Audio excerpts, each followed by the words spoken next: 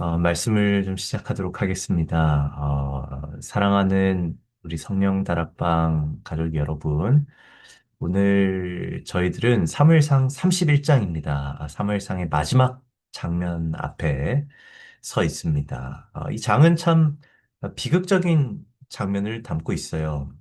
뭐 그림을 보시면 알겠지만 이렇게 아, 왕관이 깨어지고 있지 않습니까? 그죠? 바로 사울 왕이 이 블레셋과의 전쟁 속에서 목숨을 잃는 그 이야기를 아주 담담하고 꾸밈 없는 필체로 보여주고 있습니다. 하지만 저희들은 단순히 뭐 사울이 어떻게 죽었는가라고 하는 겉 이야기에서 만족하지 않고 사울의 인생이 어디까지 어쩌다가 여기까지 흘러왔는가를 좀 함께 살펴보려고 합니다. 먼저 저희들 본문을 한번 볼까요? 사무엘상 31장 1절과 2절의 말씀입니다. 블레셋 사람들이 이스라엘을 침해 이스라엘 사람들이 블레셋 사람들 앞에서 도망하여 길보아 산에서 엎드려져 죽으니라. 블레셋 사람들이 사울과 그의 아들들을 추격하여 사울의 아들 요나단과 아비나답과 말기수아를 죽이니라. 정말 비극적인 장면이죠. 이스라엘 사람들이 다 흩어집니다. 그리고 사람들이 도망하다가 추격당해서 어, 수많은 사람들이 죽습니다. 본문은 또 곧바로 이제 사울의 가족들에게 초점을 맞추죠. 지금 블레셋 사람들이 사울과 그의 아들들을 추격하는데 사울의 아들 요나단과 아비나답과 말기수아가 죽습니다. 특별히 지금 이 요나단은 성도님들 너무 잘 아시는 성경의 인물이죠. 이 요나단은 단순한 왕자가 아니었습니다. 요나단은 사울에게 남아있던 가장 귀한 어떤 가능성 같은 존재였어요. 왜냐하면은 요나단은 사울의 장남이었습니다. 이 사무엘상 13장, 14장에 보면은 이 블레셋과 전투를 하는데 이 요나단이 그 당시에 딱 먼저 앞서 나서서 어떻게 하냐면은 여호와의 구원은 사람이 많고 적음에 달리지 않았습니다. 라면서 이 믿음으로 무기 든 소년과 함께 단 두 명이서 이 블레셋 진영으로 이렇게 탁 기어서 올라갑니다. 그래서 이뭐 싸운 건 혼자 싸운 거죠, 거의. 이 단기로 승리를 거두었던 아주 위대한 용사였어요. 그리고 믿음의 사람이었습니다. 여호와의 구원은 사람이 많고 적음에 달리지 않았다 이러면서 마치 누구의 모습과 거의 같습니까? 다윗이 골리앗을 향해 나아갔던 그때와도 같은 그런 믿음과 용기와 이 용맹을 보여줬던 거죠. 이 요나단은 사울에게는 어떻게 보면은 믿음의 동료이기도 했고, 왕권의 미래이기도 했습니다. 그 요나단을 사울이 얼마나 아꼈는지 몰라요. 그런데 그 요나단이 쓰러지는 장면은 사울 인생의 마지막 남은 불빛이 꺼지는 것처럼 보입니다. 이 전쟁이 계속해서 맹렬하게 진행이 되지요. 그러던 도중에 사울이 이 적이 쫓아와서 쏘던 화살을 맞아가지고 중상을 입게 됩니다. 더 이상 달리거나 뭐 도망가기가 어렵다고 생각이 들었나 봐요. 그때 사울은 무기를 든 자에게 이렇게 말하죠. 그가 무기 든 자에게 이르되 내 칼을 빼어 그것으로 나를 찌르라. 할례 받지 않은 자들이 와서 나를 찌르고 모욕할까 두려워하노라. 이것이 성경에 기록된 그의 마지막 말입니다. 그의 인생 마지막에 사울이 마지막까지 두려워한 것은 무엇이었습니까? 할례 받지 않은 자들이 나를 찌르고 모욕할까 두려워한다 이렇게 했습니다. 사울은 끝까지 하나님을 두려워하는 것이 아니라 이 사람의 시선, 자기가 모욕받을 것을 두려워합니다. 그는 하나님 앞에서 어떻게 서 있는지를 걱정하지 않고 사람들 앞에서 어떻게 보일지를 두려워하는 거죠. 이것이 우연이 아닙니다. 그의 인생 전체를 관통해 온 두려움이 이 마지막 순간에 가장 선명하게 드러나는 거예요. 이 사울의 마지막 말에는 기도도 없고요, 회개도 없고 하나님의 이름을 부름도 없습니다. 그렇다면 사울은 마지막 순간에 어떤 말을 했어야 했을까요? 뭐 여호와여, 내가 죄를 범하였나이다. 여호와여, 이제라도 나를 불쌍히 여기소서. 내가 왕이기 전에 당신의 종이었음을 기억하옵소서. 이런 어떤 표현들을 했으면 참 좋겠지만, 성경은 사울의 입에서 이런 말이 나왔다는 기록을 남기지 않습니다. 회개의 말이 없는 거죠. 기도도 없고, 회개도 없고, 부르짖음도 없습니다. 하나님의 이름을 부름도 없고, 하나님을 향한 마지막 시선도 없죠. 사울은 하나님께 돌아오기보다 자기 칼 위로 엎드러집니다. 아, 하나님 앞에 엎드려야 하는데 자기 칼 위로 엎드러지는 거예요. 자기 손으로 자기 생애를 끝내는 그런 장면을 저희들 보게 되는 거죠. 여기서 우리는 매우 조심스럽지만 분명한 질문 앞에 서게 됩니다. 사울은 마지막까지 무엇을 붙들었나? 어, 그리고 나는 마지막에 어떤 말을 할 것인가? 라는 거죠. 사울은 마지막 순간에 갑자기 하나님을 잊어버린 사람이 아니라는 것 저희들 이제 이해하고 있습니다. 그는 오래전부터 하나님께 묻는 척은 했지만 순종하지 않았어요. 회개하지 않았어요. 마음을 굽히지 않았어요. 그래서 마지막 순간에 너무 급해서 하나님을 부르지 못한 것이 아니라 이미 오래전부터 하나님께 돌아오는 길, 그분을 부르는 그 길을 스스로 좁혀오고 그 문을 닫아왔던 것입니다. 그래서 이 마지막 모습은 갑작스런 사고가 아니라 축적돼 있는 방향의 결과예요. 그래서 사무엘상 31장은 우리에게 아주 두려운 질문을 던집니다. 당신은 지금 어느 방향으로 살고 있는가? 내가 마지막 순간에 어떤 말을 할 것인가? 은혜를 붙든 인생은 우리 매일의 조그마한 순종을 통하여 마지막에 하나님을 의지하고 부를 수 있지만 내가 은혜를 무시했던 인생은 마지막에 자기 자신만 붙들게 되는 것입니다. 우리가 신앙할 때 가끔씩 그런 생각을 하죠. 나는 너무 이 예수님을 믿는 이 믿음의 여정에 너무 빨리 들어온 것이 아닌가. 나는 그 예수님께서도 비유로 말씀하셨죠. 그 포도원의 비유 말씀하실 때, 새벽 6시에 부름받은 종이 있고, 9시에 부름받은 종이 있고, 오후 5시에 부름받아서 1시간 일한 종이 있습니다. 근데 그 서로 다른 시간을 일한 종들이 다 같은 한 데나리온을 받아요. 그러니까 그것을 보고는, 나는 왜 이렇게 아침 일찍 불려가지고, 밤새, 인생 내내 고생을 하고, 그렇게 했나. 오후 5시에 부름 받아가지고 1시간만 일하고, 이 하나님께서 주시는 이 아름다운 상급을 받으면 더 좋은 게 아닌가? 인생 막바지에 내가 하나님을 만날 수 있다면, 그게 좀 더 경제적이고, 좋은 것 같은데? 이런 생각이 드실 수도 있습니다. 하지만 사랑하는 성도님들, 절대로 그렇지 않습니다.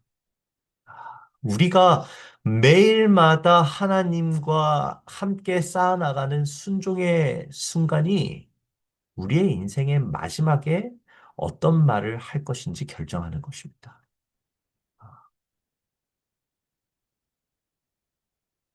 사울은 평생토록 하나님께 불순종했고 은혜를 무시해 왔던 인생이었기 때문에 마지막까지 자기 자신만 붙들게 되는 것이죠.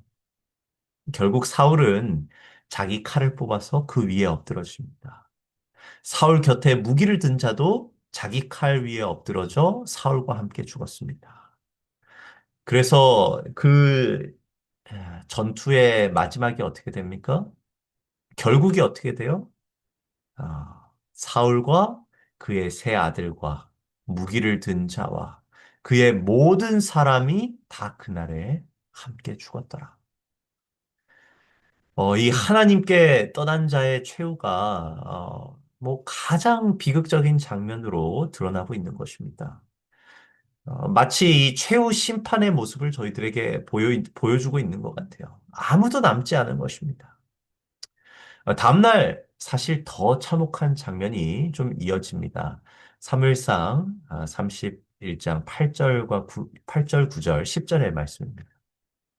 그 이튿날 블레셋 사람들이 죽은 자를 벗기러 왔다가 이 뭐 창, 칼, 방패, 갑옷 이런 것들을 이제 노력하러 온 것이죠. 그렇게 왔다가 사울과 그의 세 아들이 길보아 산에서 죽은 것을 보고 사울의 머리를 베고 그의 갑옷을 벗기고 자기들의 신당과 백성에게 알리기 위하여 그것을 블레셋 사람들의 땅 사방에 보내고 그의 갑옷은 아스타로스의 집에 두고 그의 시체는 벳산 성벽에 못 박음해.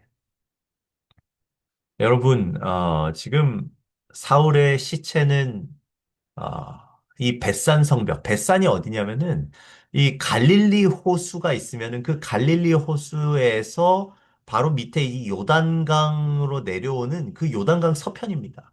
그러니까 지금 이스라엘 백성들이 온 땅으로 도망가고 지금 쫓겨나갔다는 것을 알 수 있어요. 이 블레셋이 이 가나안 땅, 팔레스틴 땅에 남서쪽의 이 구석에 이 블레셋 평원에 위치한 사람들인데 지금 이스라엘 사람들의 성읍들을 대부분 다 차지하고 이 갈릴리가 있는 북쪽 지역까지 지금 올라간 모습을 볼 수 있는 거죠. 이 벳산이라고 하는 성벽에 이 사울의 시체를 못 박아 두고 그의 갑옷은 이 아스타롯, 즉, 이 블레셋의 신이 있는 그 곳에 두었던 것입니다. 이것은 단순한 잔혹행위가 아니에요. 신학적으로 보면 이것은 하나님을 조롱하는 것이고 이스라엘 왕의 시체와 갑옷이 이 블레셋의 신들의 승리를 증명하는 어떤 전리품이 된 것입니다. 이런 장면은 사실 이 사무엘상 전체를 이해하는 분들에게는 매우 낯익은 장면일 수 있습니다. 왜냐하면 사무엘상 4장에서 이 블레셋과의 전투 가운데서 무엇을 뺏기죠? 이 법궤를 빼앗기게 되죠. 그때도 이 블레셋은 법궤를 어떻게 하냐면 다곤의 신전에 두었습니다. 그래서 이 하나님의 임재를 상징하는 법궤가 이방신 앞에 전시된 거예요. 그때 이스라엘 사람들이 막 이렇게 탄식하죠. 영광이 이스라엘에서 떠났다. 이가봇. 이 표현이 등장하죠. 그래서 이 사무엘상 31장에서 벌어지는 이 장면은 그 사건의 또 다른 이 반복이 되는 것입니다.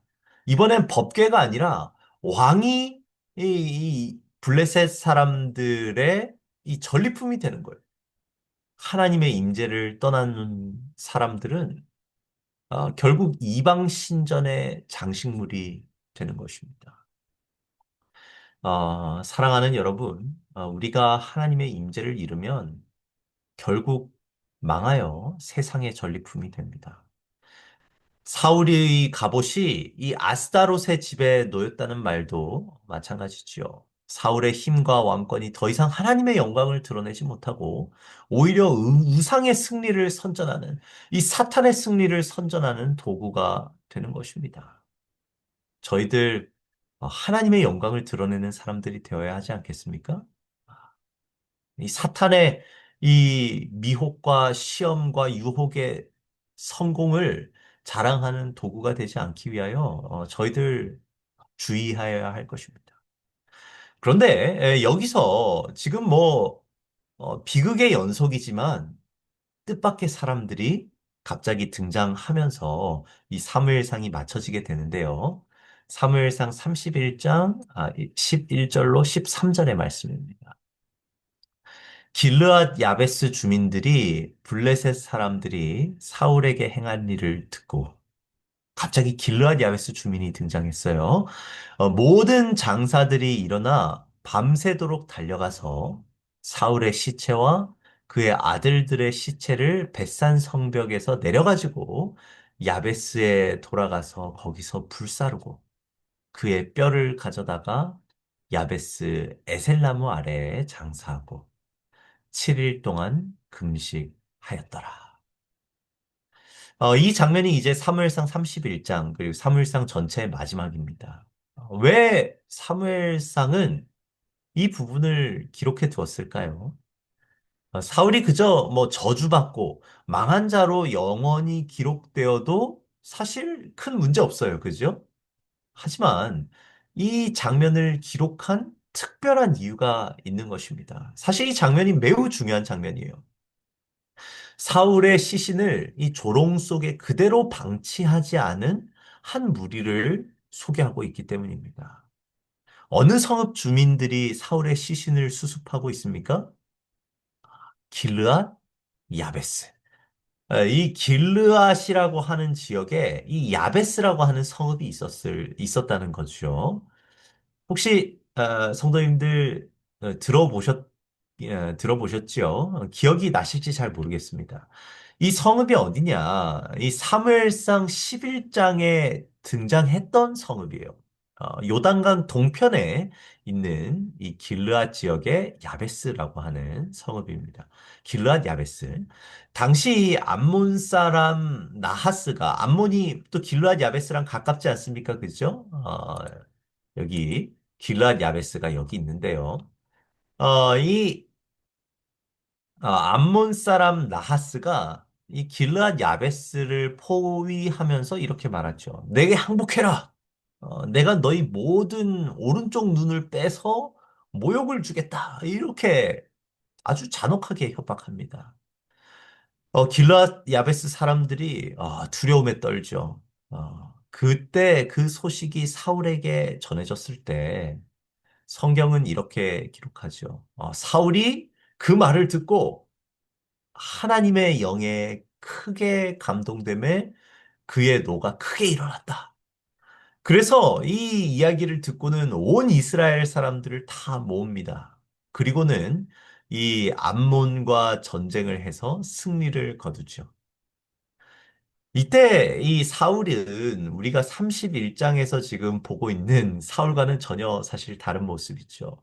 그는 두려움에 사로잡힌 왕이 아니라 하나님의 영에 붙들린 이 구원자로서 지금 등장하는 것입니다. 그는 백성을 모으고 암몬을 치고 길르앗 야베스를 구해냅니다.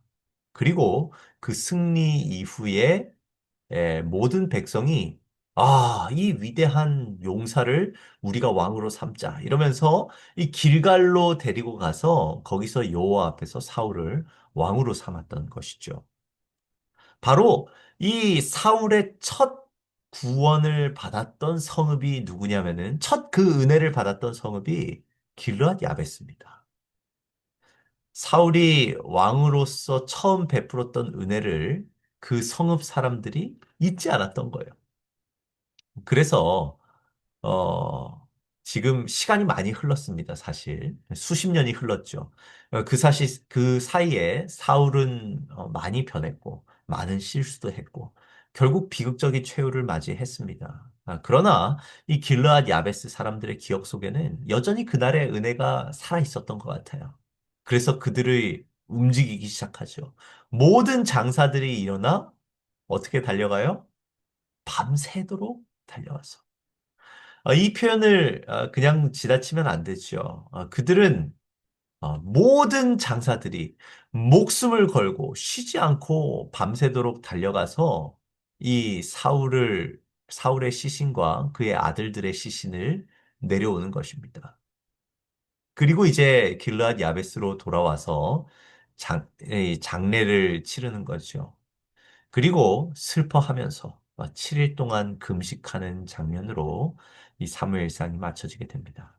예, 이 화려한 승리도 어떤 뭐 새로운 왕의 즉위도 없습니다. 한 무리의 사람들이 기억한 은혜, 그리고 조용한 금식, 장례의 장면으로 마무리되는 거죠.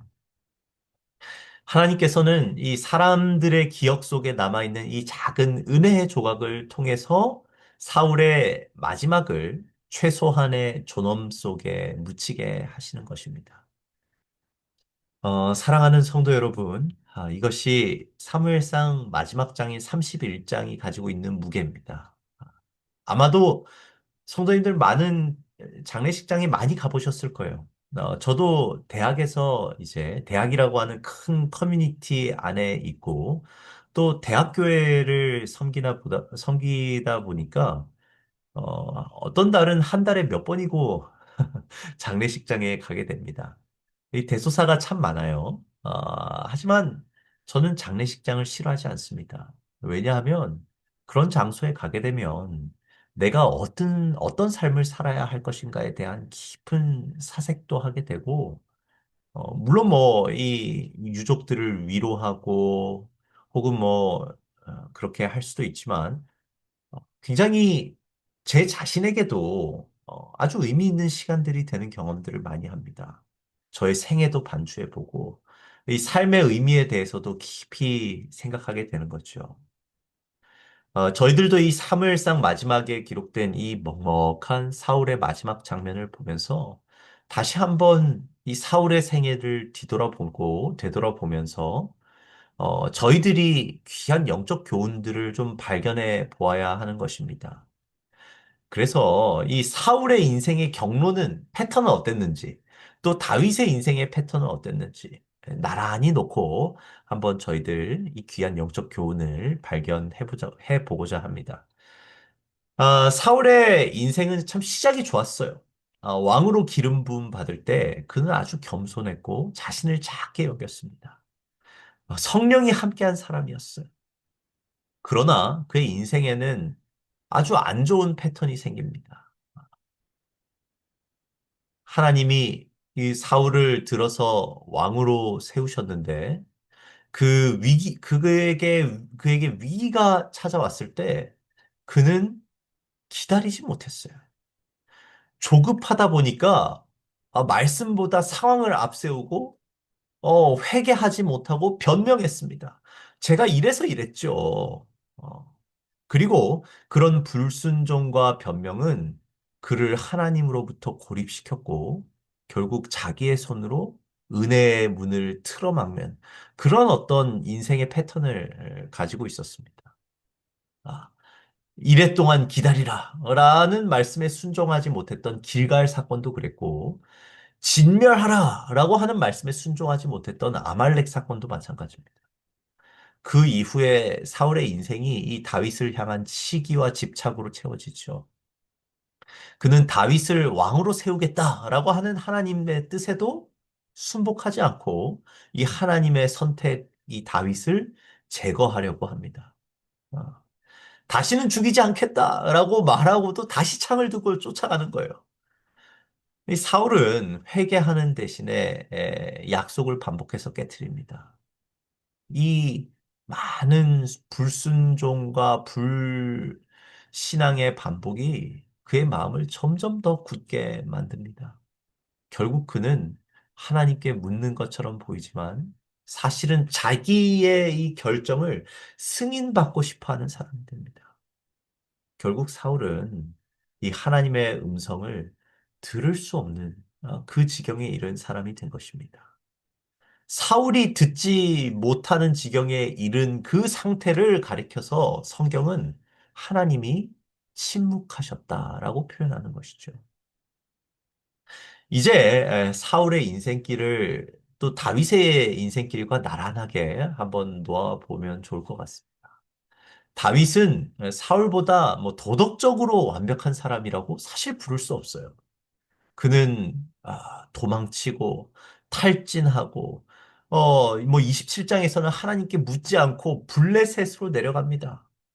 그 이후에도 그의 삶의 어두운 장면들이 얼마나 많은지 여러분들 잘 알고 계실 것입니다. 그러나 이 다윗의 인생에는 또 하나의 반복되는 패턴이 있습니다. 그는 결국 돌아와요. 그는 자기 선택을 미화하거나 변명하지 않습니다. 그는 죄를 인정하고 하나님 앞에 무너질 줄 알고 엎드릴 줄 알아요. 그래서 다윗의 삶은 이렇게 요약할 수 있을 것 같습니다. 다윗은 실패하지 않았기 때문에 하나님께 쓰임받은 것이 아니라 돌아왔기 때문에 하나님으로부터 붙들림을 받았습니다. 실패하지 않았기 때문에 쓰임받은 것이 아니라 돌아올 줄 아는 사람이었기 때문에 하나님으로부터 붙들림을 받았던 것입니다. 이 대조되는 두 인생의 경로가 이 사무엘상 26장부터 31장까지 아주 선명하게 드러났던 것입니다. 바로 저희들이 지난 5일간 함께 살펴보았던 부분이죠. 사랑하는 성도 여러분, 사울과 다윗의 이야기가 우리에게 주는 복음은 무엇입니까? 복음은 누가 더 도덕적인가의 이야기가 아니에요. 복음은 누가 끝까지 은혜를 붙들었나? 라고 하는 이야기인 것입니다. 사울은 넘어질 때마다 자기 자신을 붙들어요. 반면에 다윗은 넘어질 때마다 다시 한번 하나님을 붙들며 일어납니다. 결국 사울은 자기 칼 위에 엎드러지는 인생을 살았지만 다윗은 하나님 앞에 엎드러지는 인생을 산 것입니다. 그래서 잠언은 이렇게 말하죠. 의인은 7번 넘어질지라도 다시 일어나려니와 악인은 재앙으로 말미암아 엎드러지느니라. 여러분들 이 성경절 너무 사랑하지 않으십니까? 왜냐하면 이 성경절이 이 복음 그 자체이기 때문에 그래요. 이 성경절이 마치 이 다윗과 사울의 이야기를 요약하는 것처럼 보이는 것입니다. 아, 다윗은 7번 넘어질지라도 다시 일어났지만 사울은 재앙으로 말미암아 엎드러지느니라. 그 칼 위에 엎드러졌던 사울의 모습 같아요. 이 말씀은 인간의 강인함을 찬양하는 말이 아닙니다. 나는 용기가 있고, 뭐, 아주 튼튼해서, 내가 강인하기 때문에, 7번 다시 일어난다. 뭐, 8번째 다시 일어난다. 그게 아니에요. 의인이 다시 일어나는 이유는 하나님이 붙들어 주시기 때문이라는 것입니다. 악인은 재앙으로 엎드러질지라도 의인은 하나님이 붙들어 주셔서 그 손을 붙잡고 다시 일어나. 다시 일어남의 근거가 사람 안에 있지 않고 하나님의 신실하시고 변함없으신 그 사랑의 성품 안에 있다는 것이 저희들에게는 복음인 것입니다. 그리고 이 성경은 두 사람의 이야기를 예수 그리스도 안에서 완성시킵니다. 이 다윗의 길은 더 큰 다윗의 길로 이어져요. 이 다윗의 뿌리에서 한 새순이 돋아났죠. 그리고 그분이 이 진정한 다윗의 왕권의 성취로서 드러나는데 바로 예수 그리스도십니다. 예수님의 이 모습으로 일어났죠. 예수님은 사울처럼 자기 자신과 왕권을 붙들지 않았습니다. 사울처럼 막 이 왕권을 부여잡으려고 다윗을 죽이려 막 쫓아다닌 그 모습을 보이지 않으셨어요. 예수님께서 어떻게 하셨습니까? 하나님과 동등됨을 취할 것으로 여기지 아니하시고 자기를 비워서 종의 형체를 가지사 사람들과 같이 되셨고 자기를 낮추시고 죽기까지 복종하셨으니 곧 십자가에 죽으셨습니다. 이 사울과 예수님이 얼마나 큰 대조를 보입니까? 그죠? 사울은 자기 칼 위에 엎드려졌지만 예수님은 십자가 위에 자신을 내어주셨습니다. 그리고 바로 그 죽음이 우리의 생명이 되었죠. 그래서 이 다윗은 어떻게 보면은 그 사이사이 실패가 있지만 예수님은 실패 없는 진정한 왕으로 저희들 앞에 나타나 주신 것입니다. 그래서 지금 이 사울의 끝은 사무엘상에서 끝나지만 다윗의 길은 복음서로 이어지고 그 예수 그리스도를 통한 복음이 오늘 우리에게까지 이어지는 거예요. 이것이 성경 전체가 저희들에게 증언해 주는 복음인 것입니다. 이제 한 주간의 말씀을 좀 마치면서요. 성도님들께 이 한 구절의 말씀을 좀 선물로 드리고 싶습니다. 인생 끝에서 혹은 인생의 가장 지친 자리에서 꼭 붙들고 계셨으면 하는 말씀입니다. 시편 103편 8절입니다. 다윗이 어떻게 노래하는지 한번 들어보시고 이 노래가 저희들의 노래가 되길 간절히 바랍니다. 여호와는 긍휼이 많고 많으시고 은혜로우시며 노하기를 더디하시고 인자하심이 풍부하시도다. 아, 다시 한번 꼭 씹으면서 한번 읽어볼까요? 여호와는 긍휼이 많으시고 주고 은혜로우시며 은혜롭지 노하기를 너희를 더디하시고 인자하심이 풍부하시도다. 아, 이 말씀은 다윗의 인생을 다시 일으켜 세워주신 그 하나님의 성품에 대한 이 다윗의 고백입니다. 아멘. 그리고 하나님의 성품은 오늘도 변하지 않으세요. 아버지 감사합니다. 사랑하는 우리 성도 여러분, 사무엘상은 이렇게 끝나지만 우리의 이야기는 아직 끝나지 않았습니다. 오늘도 은혜는 우리를 부르고 있어요. 네. 아, 하나님은 다시 돌아오는 인생을 붙드실 준비가 되어 계십니다. 기뻐하며 맞이할 다시 준비를 하고 계세요. 여호와는 긍휼이 많으시고 은혜로우시며 노하기를 더디하시고 인자하심이 풍부하시기 때문에 우리 넘어질 때마다 하나님께로 돌아오는 인생이 되시기를 간절히 바랍니다. 그것이 사울과 다윗의 이야기가 우리에게 남긴 가장 깊은 복음이 아닌가 그런 생각을 하면서 오늘의 말씀을 마무리하도록 하겠습니다. 함께 기도하시겠습니다.